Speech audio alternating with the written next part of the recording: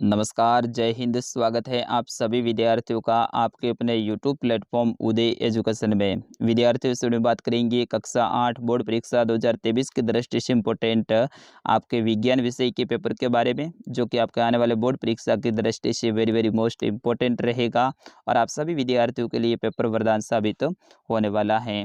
इस पेपर को अंत तक जरूर देखिएगा। बिल्कुल आपके पूरे के पूरे 80 नंबर कवर होने वाले हैं और जिन जिन विद्यार्थियों को 80 में से 80 नंबर लाने हैं उन सभी से निवेदन रहेगा इस पेपर को अंत तक देखिएगा, क्योंकि वेरी वेरी मोस्ट इम्पोर्टेंट ये आपके लिए पेपर साबित होने वाला है। और सारे के सारे प्रश्नों के उत्तर भी हम साथ में लिख कर आए हैं।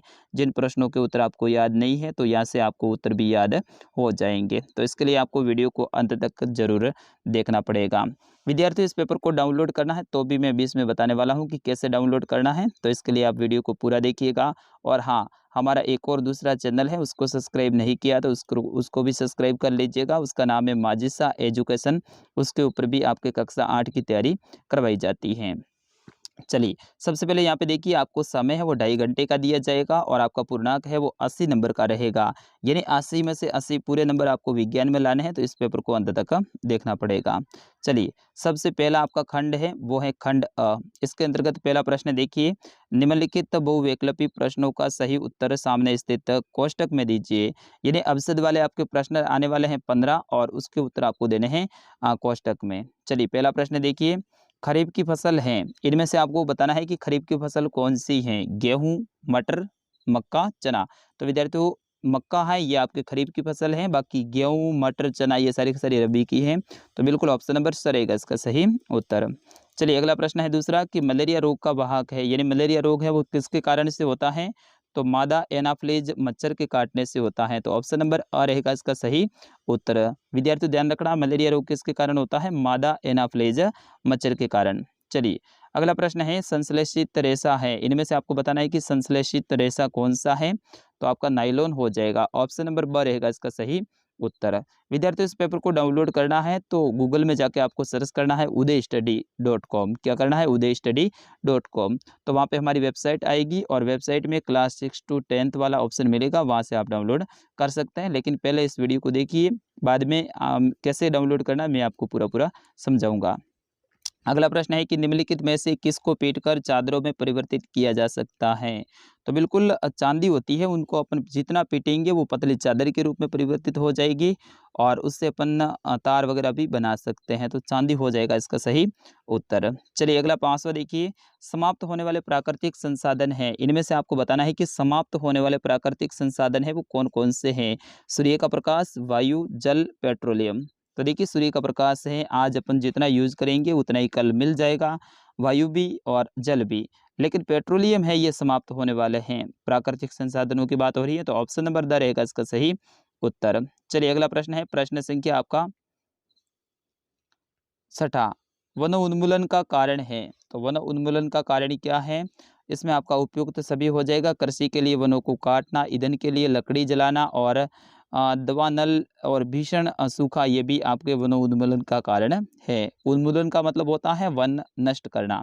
चलिए, अगला प्रश्न है आंतरिक निषेचन होता है। आंतरिक निषेचन है वो मादा के शरीर में, मादा के शरीर के बाहर, नर के शरीर में या फिर नर के शरीर के बाहर। तो इसका सही आंसर क्या होगा, मादा के शरीर में। तो ऑप्शन नंबर अ रहेगा इसका सही उत्तर। चलिए, अगला प्रश्न है कि निम्नलिखित में से संकटपन्न वन्य जीव कौन से हैं। संकटपन्न का मतलब होता है ऐसे वन्य जीव जो कि विलुप्त होने की कगार पे हो या फिर समाप्त होने की कगार पे हो, तो उसे कहते हैं संकटापन्न कहते हैं।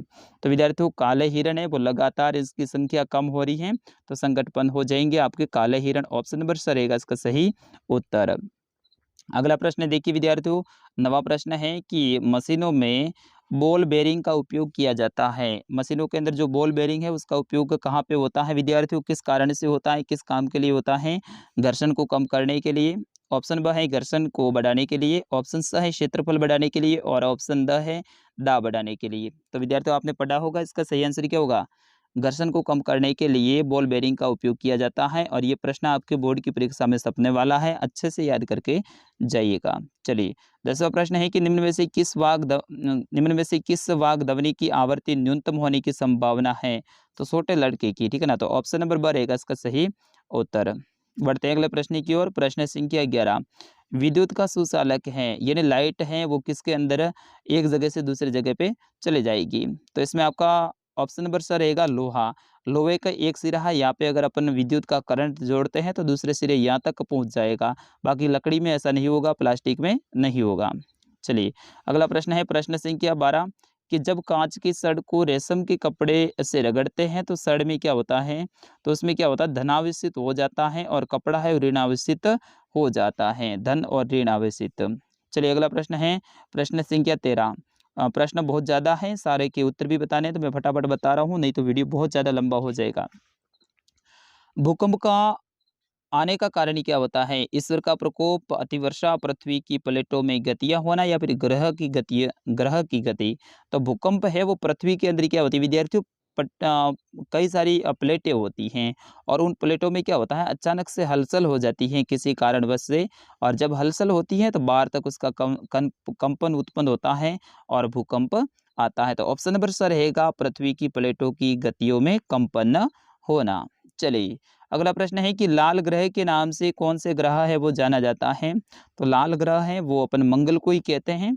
तो ऑप्शन नंबर अ रहेगा इसका सही उत्तर। चलिए अगला प्रश्न है प्रश्न संख्या 15, रुधिर में ऑक्सीजन की वाहक क्षमता कम करने वाली गैस कौन सी है। तो वो कार्बन डाइऑक्साइड है विद्यार्थियों। रुधिर के अंदर ऑक्सीजन की जो क्षमता उसको कम कौन करती है, कार्बन डाइऑक्साइड करती है।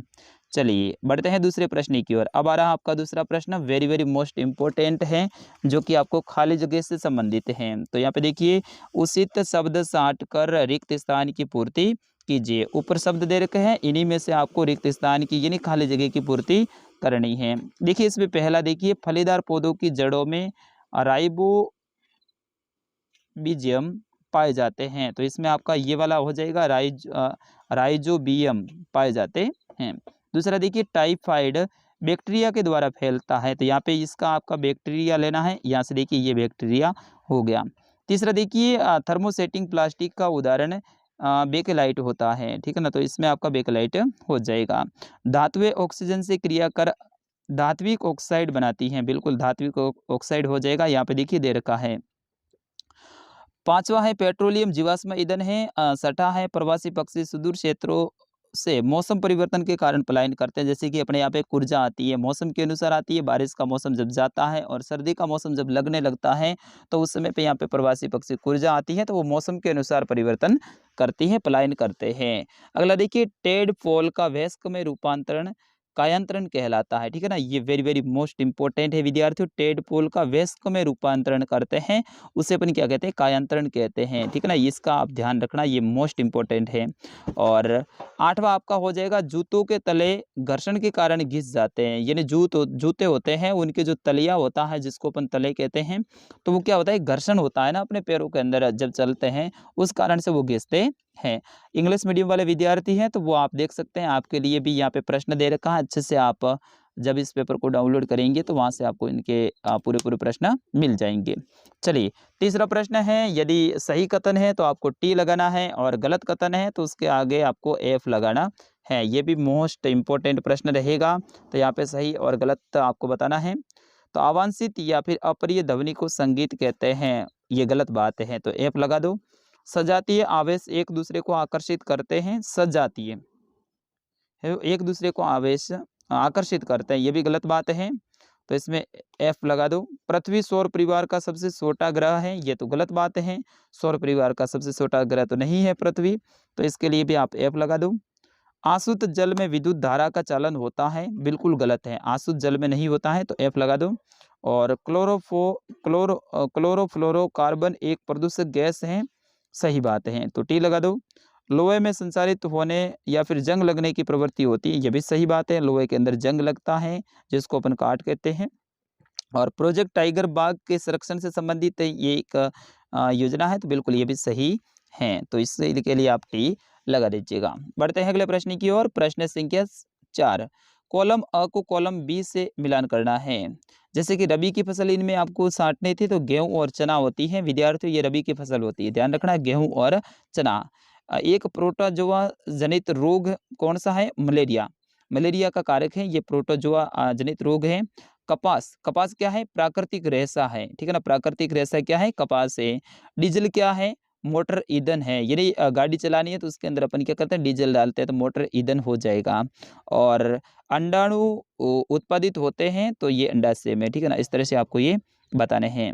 चलिए 5वां प्रश्न, मिट्टी में पोषक स्तर को बनाए रखने के लिए क्या मिलाया जाता है? खाद और उर्वरक मिलाते हैं, ठीक है ना, ये ध्यान रखना। मिट्टी के अंदर पोषक तत्व बनाए रखने के लिए, यानी मिट्टी के अंदर ताकत बनाए रखने के लिए अपने क्या करते हैं? उसके अंदर खाद और उर्वरक मिलाते हैं। तो इसका सही आंसर क्या हो जाएगा? खाद एवं उर्वरक।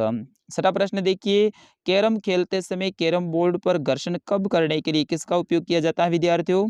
कैरम जब खेलते हैं और कैरम बोर्ड होता है इतना बड़ा, उसके ऊपर क्या घर्षण हो जाता है ज़्यादा, तो उसको कम करने के लिए क्या करते हैं? पाउडर लगाते हैं, पाउडर डालते हैं, फिर उसके बाद में वो खेलते हैं।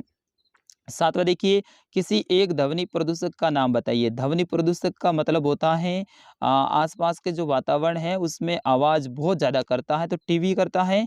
और लाउड स्पीकर यानी बड़े-बड़े जो स्पीकर होते हैं डीजे वगैरह, वो भी करते हैं। तो लाउड स्पीकर आप लिख सकते हैं, सबसे बेस्ट आपका उत्तर रहेगा। चलिए 8वां प्रश्न है कि विद्युत के एक कुचालक पदार्थ का नाम लिखिए। कुचालक का मतलब होता है ऐसे पदार्थ या फिर ऐसी वस्तु जिसके अंदर विद्युत की धारा प्रवाहित नहीं होती, यानी यहाँ पे अपन लाइट जोड़ते हैं तो यहाँ तक नहीं पहुँचती है, तो लकड़ी हो जाएगा, पत्थर हो जाएगा, इनमें लाइट नहीं होती है, यानी कुचालक है। चलिए 9वां प्रश्न है कि विश्व उष्णन के लिए उत्तरदायी गैस कौन सी है, यानी गर्मी पैदा करने के लिए? तो विश्व उष्णन के लिए ग्रीन हाउस गैस, ये तो भाई आपका क्या हो गया? विश्व उष्णन, भाई मैं कंफ्यूज हूँ इसमें, ठीक है।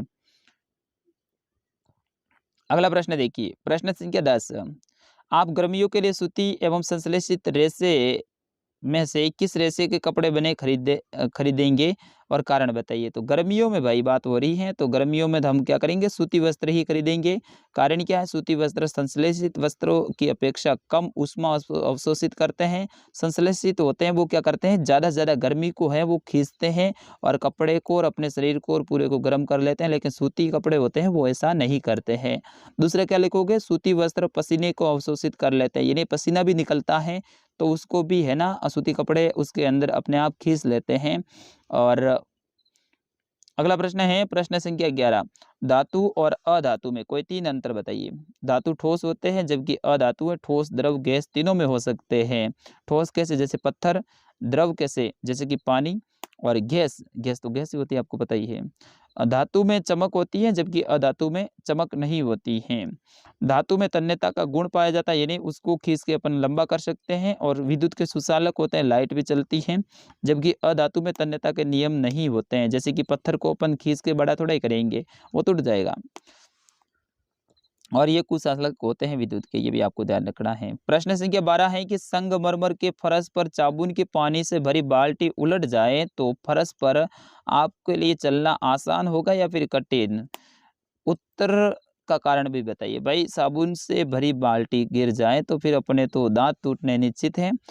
तो यहाँ पे उत्तर देखिए, हम अपने पैरों और जमीन के बीच में मौजूद घर्षण के कारण चलने के सक्षम होते हैं। चलने के लिए हम अपने पैरों में जमीन के पीछे की ओर धकेलते हैं और घर्षण बल इसे आगे की ओर दिशा देता है और इस कारण से अपन चलते हैं। लेकिन साबुन का पानी फर्श पर गिरने से जमीन और पैरों के बीच में घर्षण बल को कम हो जाता है। इस कारण से जो साबुन का फर्श है वहाँ पे चलना मुश्किल हो जाएगा। अगर चलने की कोशिश करेंगे तो अपन गिर भी सकते हैं। चलिए प्रश्न संख्या 13 है कि आग बुझाने के लिए पानी के इस्तेमाल से पूर्व विद्युत आपूर्ति है बंद क्यों करनी चाहिए? यानी आग अपन बुझाते हैं, वहाँ पे पानी का इस्तेमाल हो रहा है, तो वहाँ पे सबसे पहले अपन लाइट को क्यों काटेंगे? क्योंकि पानी है वो विद्युत का सुचालक होता है। यहाँ पे देखिए, नल का जन्म विद्युत का सुचालक होता है। विद्युत के झटके से बचने के लिए फायरमैन पानी की हौज में पाइपों का उपयोग करने से पहले मुख्य विद्युत की आपूर्ति है उसको बंद कर देते हैं। अगला प्रश्न है प्रश्न संख्या 14 कि भूकंप से बचने के लिए क्या-क्या सावधानियां बरतेंगे?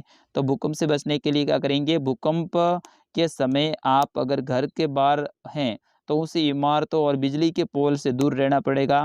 अगर आप गाड़ी चला रहे हैं तो गाड़ी को रोककर तुरंत बाहर निकल जाए और भूकंप के समय घर से बाहर निकल जाए, ये सबसे बेस्ट ऑप्शन रहेगा। अगला प्रश्न है प्रश्न संख्या 15 सौर परिवार का नामांकित चित्र बनाइए। तो इस तरह से सबसे पहले सूर्य, बुध, फिर उसके बाद में शुक्र, पृथ्वी, मंगल, शनि, अरुण, वरुण, बृहस्पति, जो भी है वो इस तरह से आपको ग्रह के नाम बताने हैं।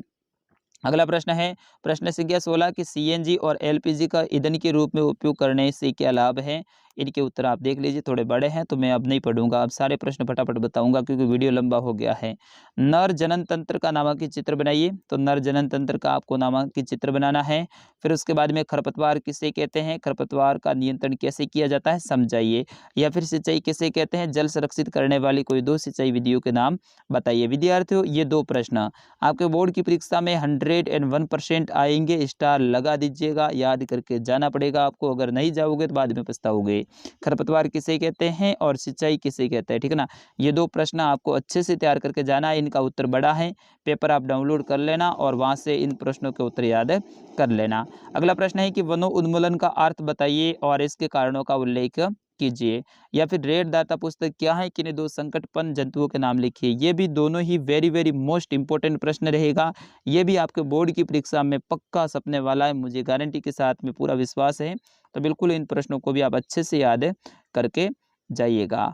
और अगला प्रश्न है कि मच्छर अपने पंखों को 500 कंपन प्रति सेकंड की औसत दर से कंपित ध्वनि उत्पन्न करता है, तो कंपन की आवृत्ति और आवर्तकाल दोनों ही आपको ज्ञात करना है। या फिर निम्नलिखित वाद्य यंत्रों के किस भाग में ध्वनि उत्पन्न होती है, उस भाग का नाम लिखिए, ठीक है ना। तो ये प्रश्न आपके 20वां रहेगा। और 21वां अंतिम प्रश्न ये है कि जल प्रदूषण को नियंत्रित करने के 4 उपाय बताइए। या फिर वायु प्रदूषण से क्या आशय है, वायु प्रदूषण के हानिकारक प्रभावों का उल्लेख कीजिए। ये दोनों प्रश्न भी वेरी वेरी मोस्ट इंपॉर्टेंट है, इनको भी अच्छे से याद कर लीजिएगा, आपके बोर्ड परीक्षा में पक्के आने वाले प्रश्न हैं।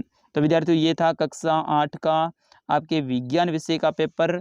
आपको इस पेपर को डाउनलोड करना है तो गूगल में जाके आप सर्च कीजिए udaystudy.com, बिल्कुल एकदम सरल है, इजी है, वहाँ से आप आराम से पेपर डाउनलोड कर सकते हैं। बिल्कुल आपको सर्च करना है, मैं दोबारा से लिख रहा हूँ, उदय स्टडी, ये यू है, ठीक है ना, स्टडी, फिर उसके बाद में .com। जैसे आप सर्च करेंगे तो खूब सारे राजस्थान जीके वगैरह ऑप्शन मिल जाएगा, वहाँ पे मिलेगा क्लास 6 to 10th, ऐसा एक थंबनेल फोटो बना हुआ होगा, उसके ऊपर क्लास 6 to 10th लिखा होगा मॉडल पेपर, उसके ऊपर सीधा सा आपको क्लिक करना है। जैसे उसके ऊपर करेंगे तो ये पेपर आ जाएगा क्लास 8 साइंस पेपर, तो उसके ऊपर क्लिक करना है, वहाँ पे डाउनलोड करें का एक ऑप्शन आएगा। जैसे डाउनलोड करें के ऊपर आप क्लिक करेंगे तो पूरा का पूरा पेपर आपके फ़ोन में सेव हो जाएगा, डाउनलोड हो जाएगा, फिर आराम से उत्तर सहित इस पेपर को आप पढ़ लीजिएगा। अब अपना नाम, अपने विद्यालय का नाम, अपने ज़िले का नाम है वीडियो के कमेंट बॉक्स में लिख दीजिएगा। मैंने आपके लिए इतनी सारी मेहनत की है तो मेरे लिए आप लाइक और चैनल को सब्सक्राइब जरूर कर देंगे और इस वीडियो को कम से कम आपके 5 फ्रेंड को आगे शेयर करेंगे। तो मिलते हैं अगले वीडियो में, तब तक के लिए नमस्कार, जय हिंद।